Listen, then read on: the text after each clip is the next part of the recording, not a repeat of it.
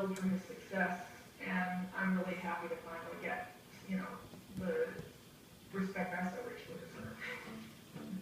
I just have a feeling it's all up from here, and I try not to overthink it and look too far in the future. What this happened, what bad happens. I do that. That's his job. I can't, it's gotta be like one day at a time for me. I see myself as hopefully in museums across the world, hopefully surrounded by grandchildren. We never had any idea we'd ever go this far, but we knew that's all he was going to do, because that's all he wanted to do. But he wanted it bad enough. Oh, you make me giggle.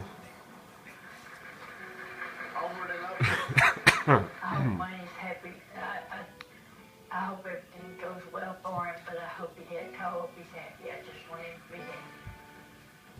He's got his art, and that's his life. Beauty is embarrassing. Now, What are y'all do I doing? mean by that? Beauty is a many-pronged thing, many sides to it. When we see something beautiful, truly beautiful, we're in awe, and raw emotion comes to the surface. We're also